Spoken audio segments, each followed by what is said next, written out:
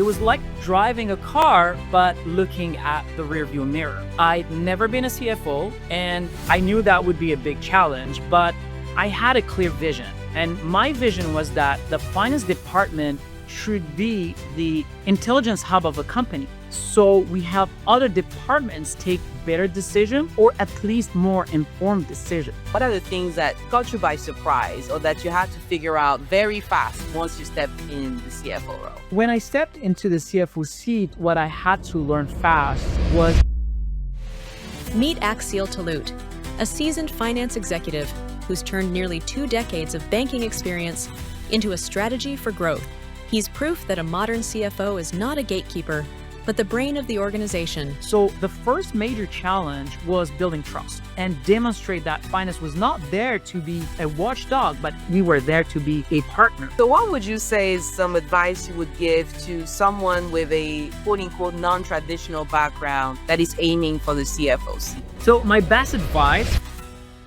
Today's episode is brought to you by Insight Software, which provides AI-powered financial reporting solutions that can save you from spreadsheet sludge and give you time back for weekend fun. With Spreadsheet Server, before they become problems and make faster, smarter decisions. Visit insightsoftware.com/reporting. I will drop the link in the show notes. Welcome back to the Diary of a CFO podcast, the podcast where finance leaders share the lessons, challenges, and wins that shape their careers as well as their organizations. I'm your host, Wassia Kamon, and today I'm super delighted to have with me Axile Talout. Welcome to the show, Axile. Thank you, Wassia. Thank you for the invitation. I'm so excited to be part of this show. I am one of your listeners, so I'm glad that I get to be one of your guests today. I'm also excited to have you on because I love your challenging and sometimes controversial posts on LinkedIn. So before we get into that, why don't you tell us about your journey and the story that you find yourself now as CFO, knowing that you didn't start in corporate finance? So it all started when I watched an episode of Dragon's Den, which is the equivalent of Shark Tank here in Canada. And I saw the founders of Transformer Table pitch their product. So something immediately clicked. I felt inspired by their passion and vision. And at that time, I was a banker, and these were exactly the kind of entrepreneurs that I wanted to finance. So we met and we instantly connected. The good news is they were looking to increase their financing, actually. So I crafted a tailored financing proposal that perfectly matched their needs, and I thought it was a done deal. But instead, they rejected my offer, surprising me with a counter offer to join their team as Chief Strategy Officer, not a CFO at that time. So, and to be honest, I never seriously considered leaving banking. I had previous offers from clients, but it didn't excite me because those businesses weren't growth oriented. They were lifestyle businesses focused mainly on dividends. But Transformer Table was different. Their ambition to scale to $1 billion company deeply resonated with me. So I took the leap of faith and decided to join the company. And it was my first time working for a small business. I always worked for big corporations. So they handed me the responsibility for the finance department and said, hey, do you want to build our finance department? And at that time, the business was pretty small. So it was $25 million revenue. And they had 8 people in the finance department, which in my opinion was far too many people, especially given the inefficiency of that department. It's crazy, but it took 45 to 60 days to close the books. And the data was unreliable and constantly changing. So it was like driving a car, but looking at the rearview mirror. On my side, I'd never been a CFO, and I knew that would be a big challenge, but I had a clear vision. And my vision was that the finance department should be the intelligence hub of a company, where we gather data in the most accurate way and the most reliable way, and we transform that data into insights so we help other departments take better decisions, or at least more informed decisions.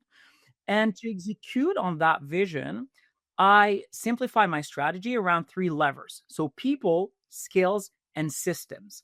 First, I hired a corporate controller, and the point of that was to anchor the team around a solid seasoned professional and immediately creating a talent flywheel where when you hire talent, the second lever was skills, upgrading skills, not just hiring data entry staff, but analytical thinkers capable of spotting anomalies and driving real value.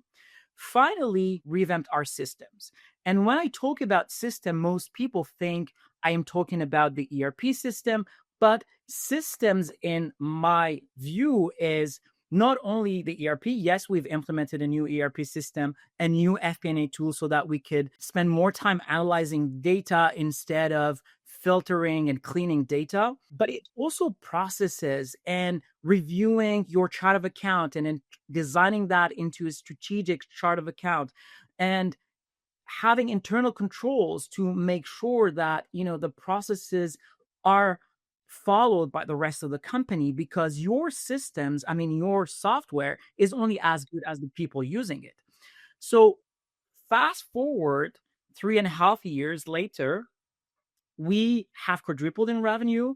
We have increased the number of products that we have. We have more channels. We're in multiple countries right now. So we've increased the complexity of the business, but we kept the same number of people. So we still ate in the finance department, and we closed not in 60 days like we used to, but in only 5 days. And we have been able to do this and to absorb this growth and complexity just by improving the processes, bringing the right kind of people, and having automation embedded in the finance department. But most importantly for me is that finance evolved from an overlooked back office function to the strategic core of our business, where now we have people proactively seeking our insights and asking us, what does finance think about this?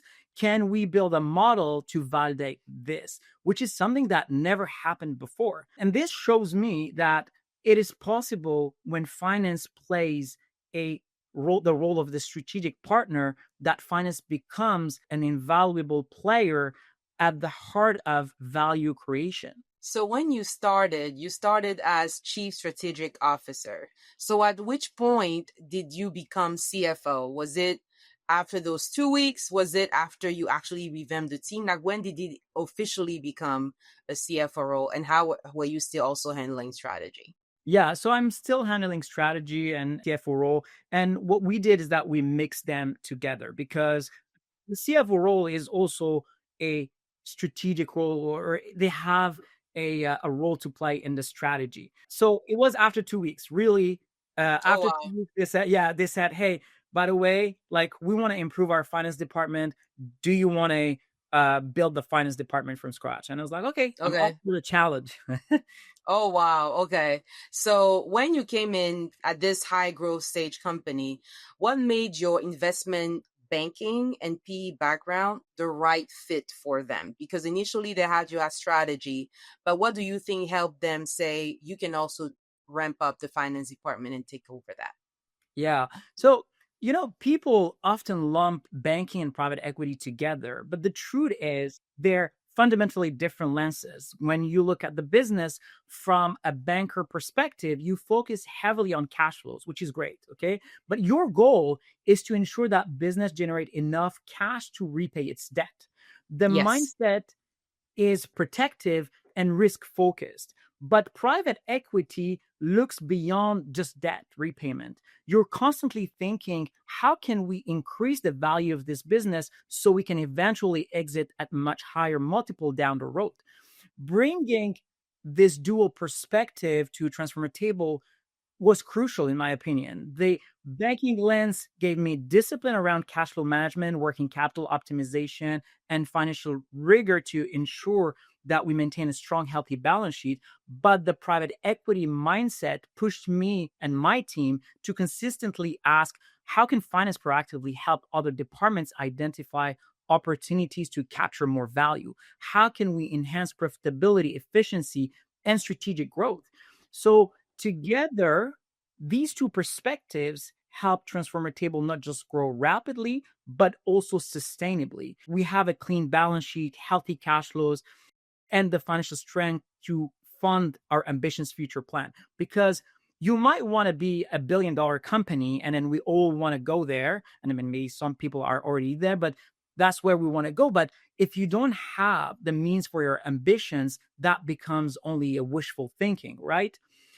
So the balance between cash flow discipline and strategic value creation is exactly what I think why that dual background was instrumental to our success as a company. Now that you are in the role, you mentioned that the way you organize your team was very intentional, right? Because you hired first a controller, which I think is brilliant because a lot of people don't realize how much a controller is so important to the CFO. We often think FP&A, for example, but if your accounting is not correct, there goes your FP&A. So knowing that you were never a controller, what helped you hire the right controller?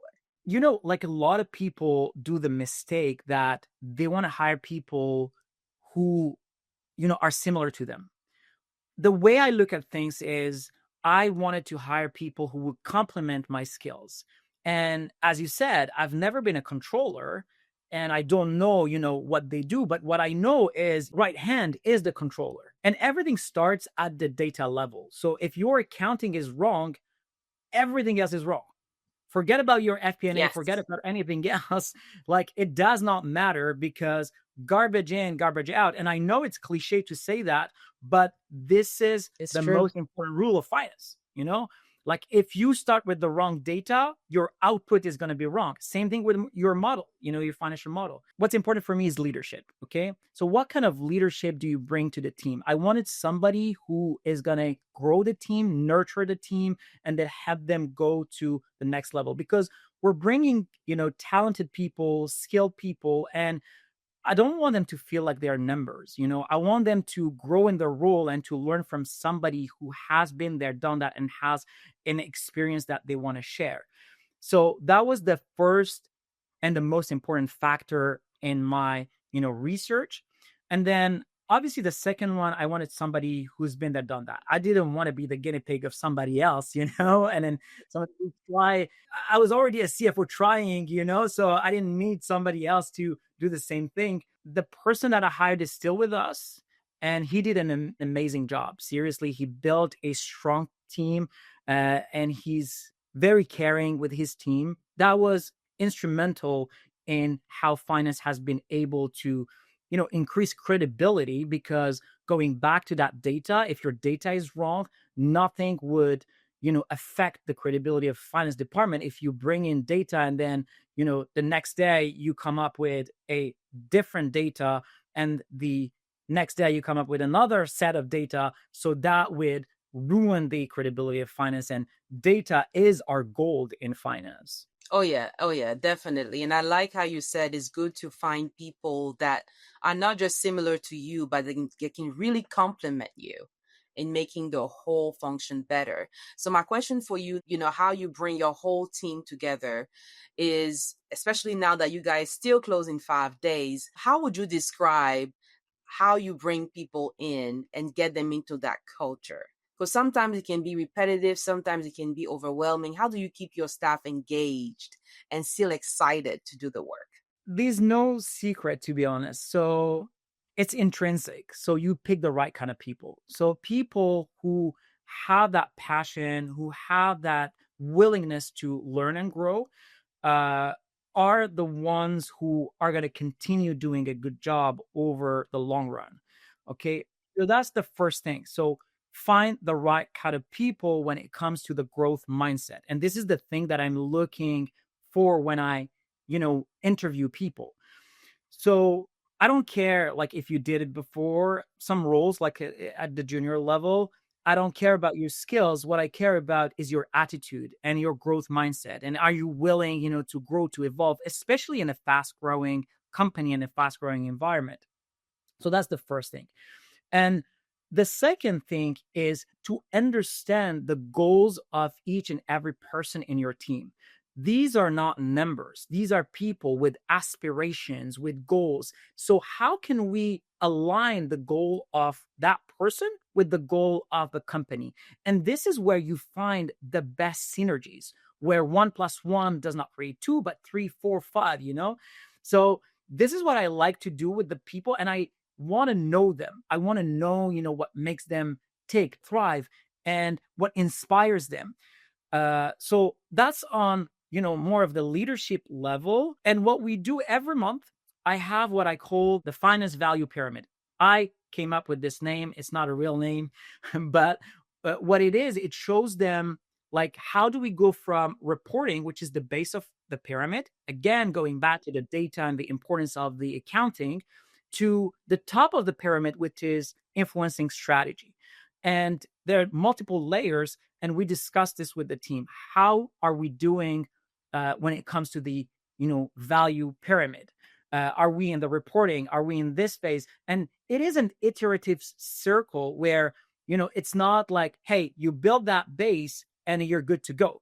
Because even when you clean the data, even when you have the right information coming into your system, it's consistently, you need to protect that integrity.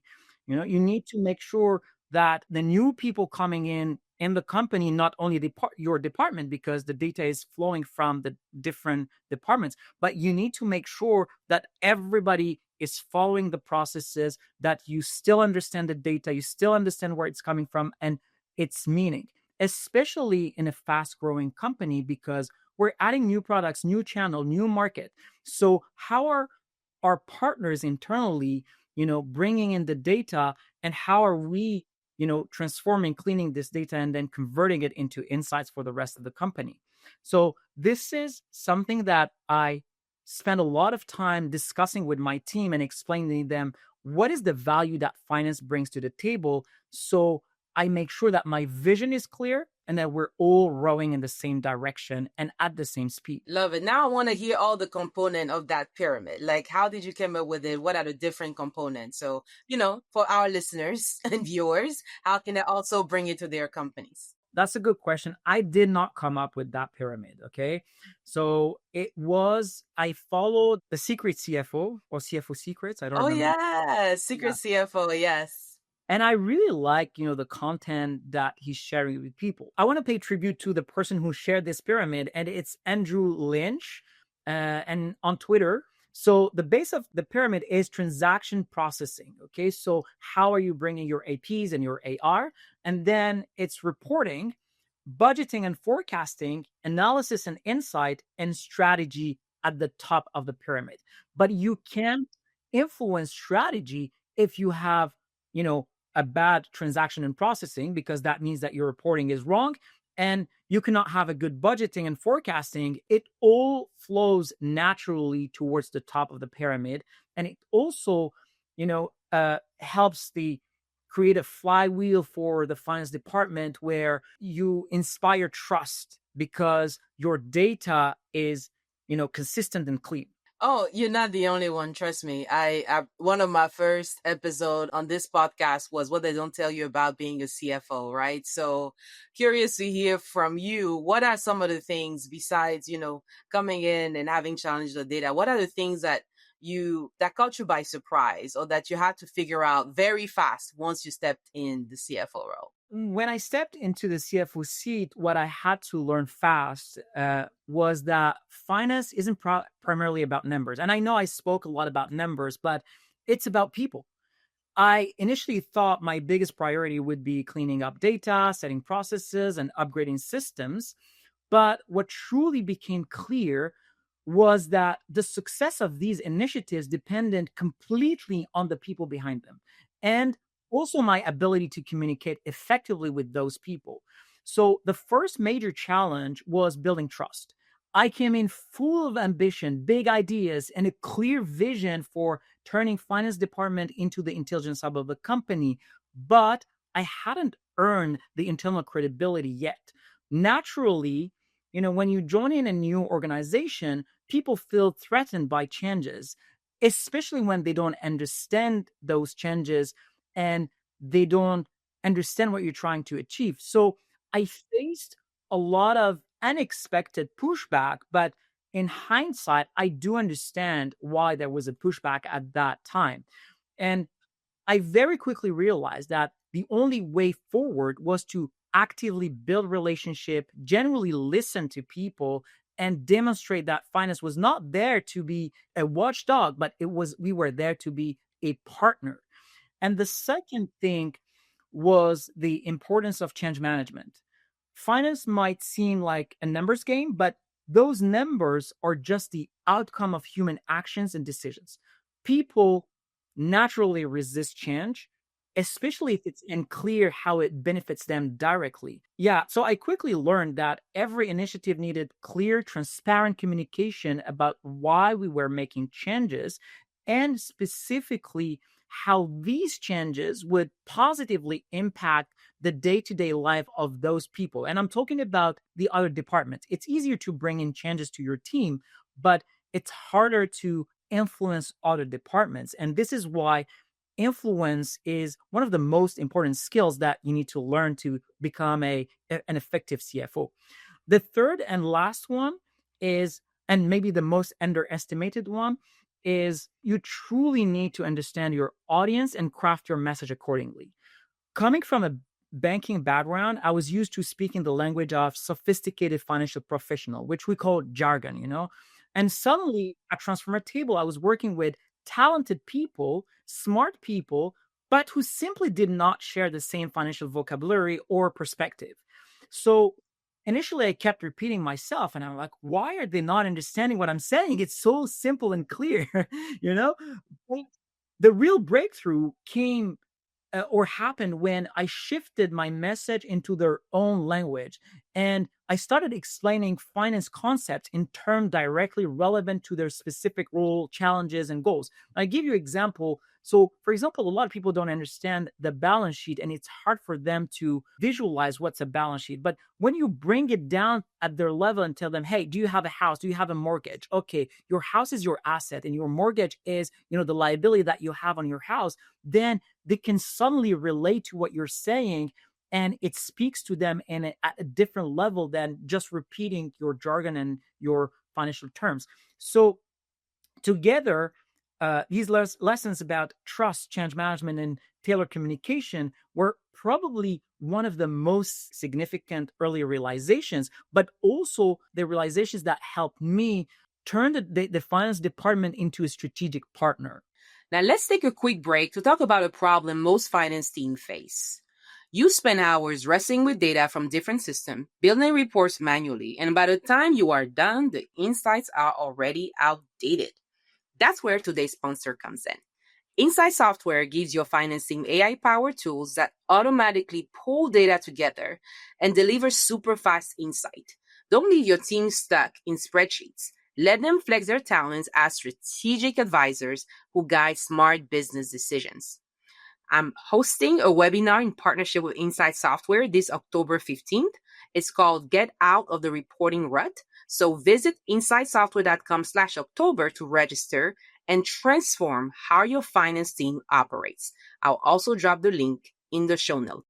Awesome. Thank you so much for sharing that. And I know you sometimes describe yourself as a blended CFO. So operator, strategist, and investor.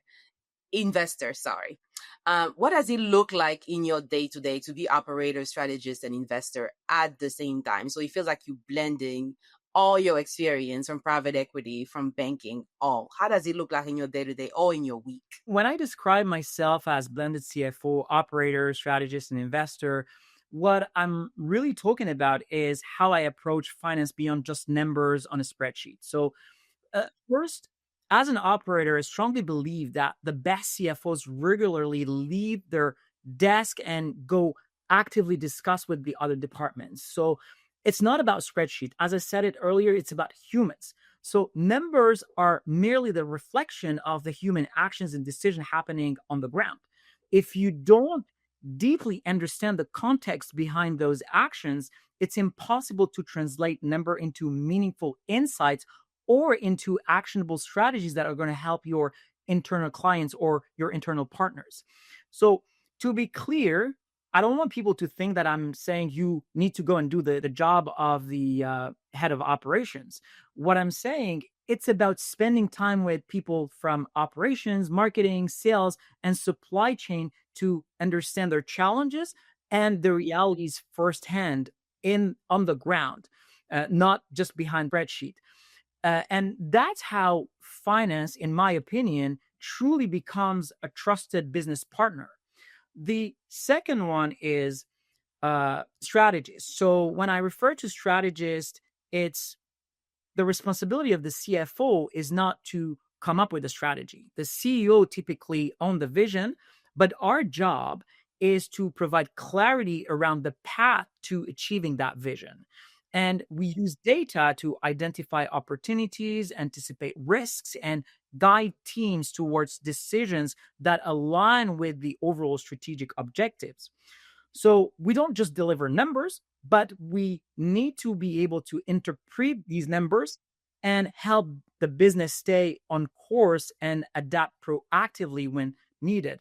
And lastly, so the investor role is about capital allocation and perhaps the single most critical aspect of being an effective CFO.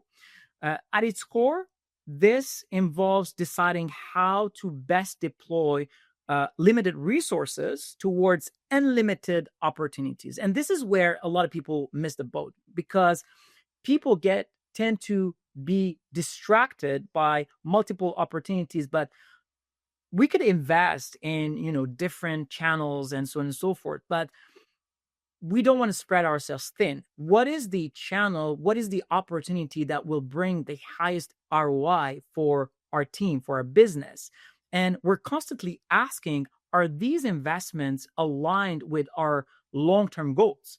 So I often emphasize that traditional budgeting is outdated because it's too rigid, in my opinion. And today we live in a rapidly changing business environment. Oh, We've yeah. just recently with the tariffs, nobody was expecting that. And you have to take that into account in your business, and you have to understand rapidly how this is going to affect your business and what kind of actions are you going to put in place to keep your business profitable and to keep generating sustainable cash flows in the future. So instead of going rigid budget, effective CFO should think of budgeting as dynamic capital allocation. You test, you measure, you adjust, and you reallocate resources based on evolving realities and emerging opportunities. This is where flexibility is crucial because we live in a fast moving world. And if you're locked in rigid plan, then you're guaranteed to miss the ultimate destination. So Oh, this that's for I sure. see the three facets of the strategist, operator, and investor. I'm glad you brought up the fact of the pace of change we're facing now and how we have to be agile, how much we need to be flexible and all that. When you look at your amazing background in PE and in banking, working at a growing company, what are some of the things people often missed?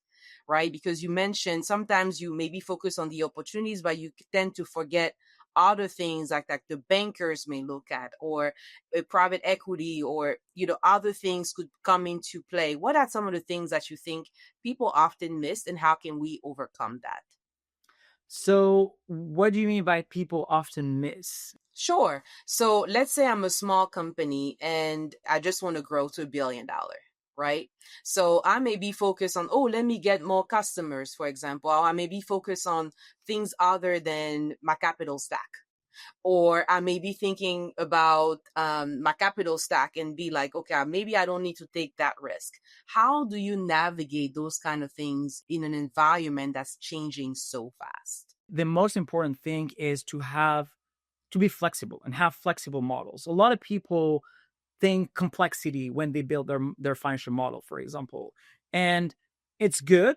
It gives you a good perspective and it takes all the different, aspects of the business. But how can you simplify that and taking into account what are the drivers of your revenue? What are the drivers of your costs? And how can you build something that is agile and that can help you, for example, when you have new tariffs, take that into account and then see what is the impact on your business. So that flexibility is for me very important to be able to take your business to the next level in a fast growing environment.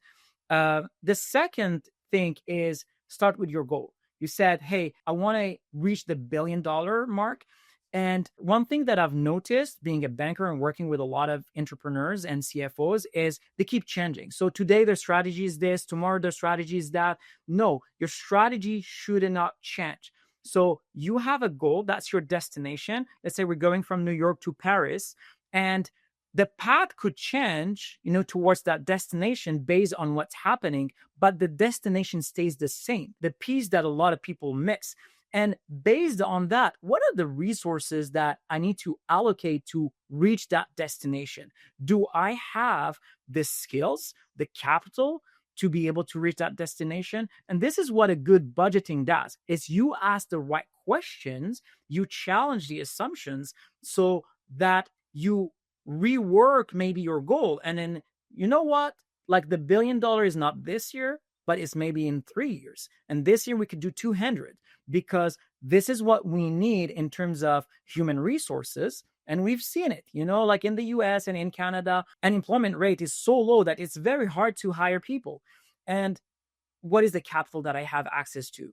So what are the cash flows that are coming in that I can use to reinvest in my business and take it to the next level? So this is what a good CFO could bring to the table, asking the right question, challenging the assumptions, and then helping the rest of the executive team build a plan that makes sense and making sure that they follow the path towards the destination and they don't forget about the destination. I love it. And I think that's exactly what we often miss is the destination. Because I feel like even as human beings in social media, for example, your goals change every day based on what you may see. And it's so easy to get distracted. You hear AI, you hear vacation in the Bahamas, and you're like, okay, what is my goal again? But your goal was Paris. So I love it. Thank you so much for sharing that. Well, I'll do the Bahamas anytime. I know, right? You're in Canada, so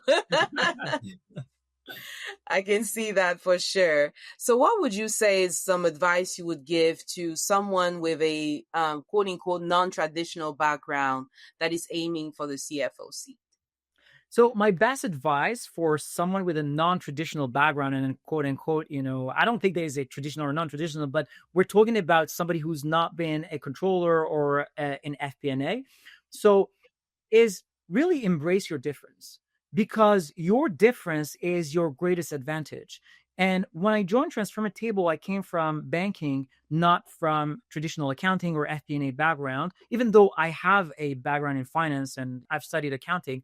But initially, some people saw this as a gap, but I saw it as a unique strength. And I immediately leveraged my banking experience to negotiate significantly larger and more flexible financing. I also introduced key strategic partners through my network, and I brought financial rigor and discipline that only an experienced banker could implement quickly. And I spent years observing some of the best CFOs in action, and I knew exactly what worked and what didn't, and what kind of CFO I wanted to become. So I drew from those lessons and rapidly applied best practices that I knew would deliver results and quickly because we were growing fast.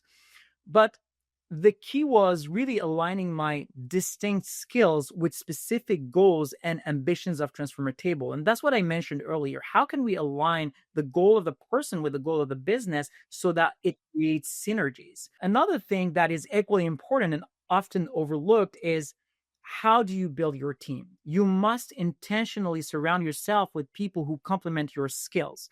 A lot of people, as I said earlier, and I don't want to repeat myself, but they surround themselves with people who look like them, who think like them. And what it does, it creates echo chambers where it does not cover your blind spots. So I intentionally surrounded myself with people who will bring different skills than I had.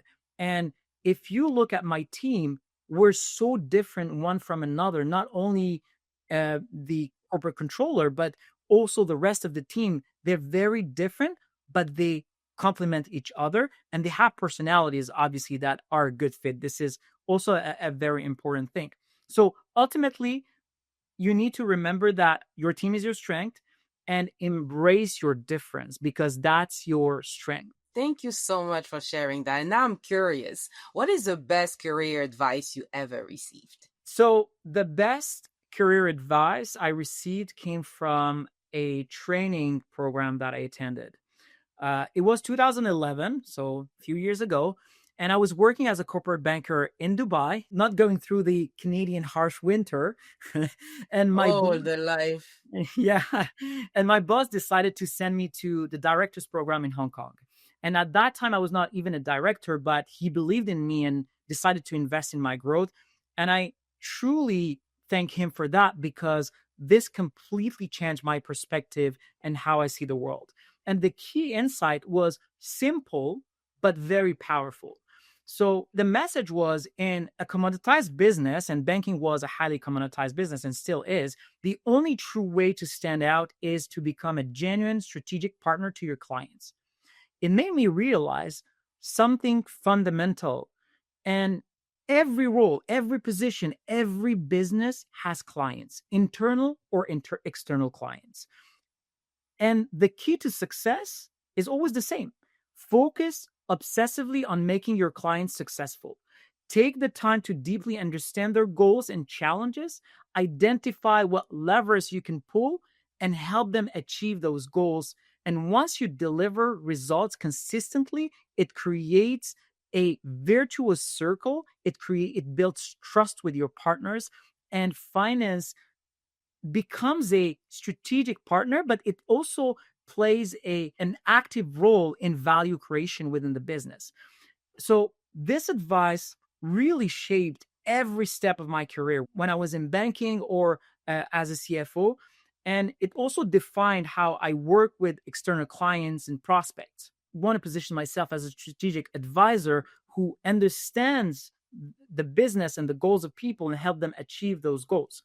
So the way I run the finance department today is also inspired by this kind of philosophy where I look at it not as a department, but as a business, as a consulting business dedicated to making my internal and external stakeholders successful. A universal truth that I've learned is that the only sustainable path to your own success is helping others achieve their own success. That is so true. And I love how you said it because you learned it in the banking world somewhere in Hong Kong. Lord, we have to talk about that. But it also applies to where finance as a whole, corporate finance, corporate accounting, even public accounting, even in HR and IT, that notion of being a good business partner. And you summarized it very well of understanding what's going on so you can really help them achieve that success. Now, I'm curious, with your international experience, if you can please give us a snippet of all the countries you've been to and how that probably shaped your leadership style today. Yeah, I love traveling. So I've been to so far 35 countries. It's not enough. Yeah, I know for some people it's a lot, but for me it's not enough. Meeting people, and what I like to do when I go visit country, I don't like to sit and result. Anyway, I'm too hyperactive for that. So what I like to do is go meet local people, see how they live. And what it does, it created this open-minded mindset where if you see my team, they're all different. I'm not saying they're all different coming from different countries. Yes, some of them do, but they're all different in terms of personality, in terms of skills, in terms of what they bring to the table. And it's the same thing with Transformer Table. The whole company is so diverse. And this is what makes our strength, because when we face challenges, we are so diverse that we think differently and we tackle them from different perspectives. So it becomes a strength. And this is what I think makes us successful as a business today. So this, how to say, like traveling and meeting other people really developed a growth mindset that is required when you're working for a hyper growing company. Oh, that's awesome. And what would you rate out of those 35 countries? What would be your top 5? I'm curious. So this is a question that people ask me, is like, what is the best country you've ever visited? And I'm like, they're all different. They all have their charm and they all have, their pros and cons. But So if I had to retire someday and live in a country other than Canada, I would definitely go live in Spain.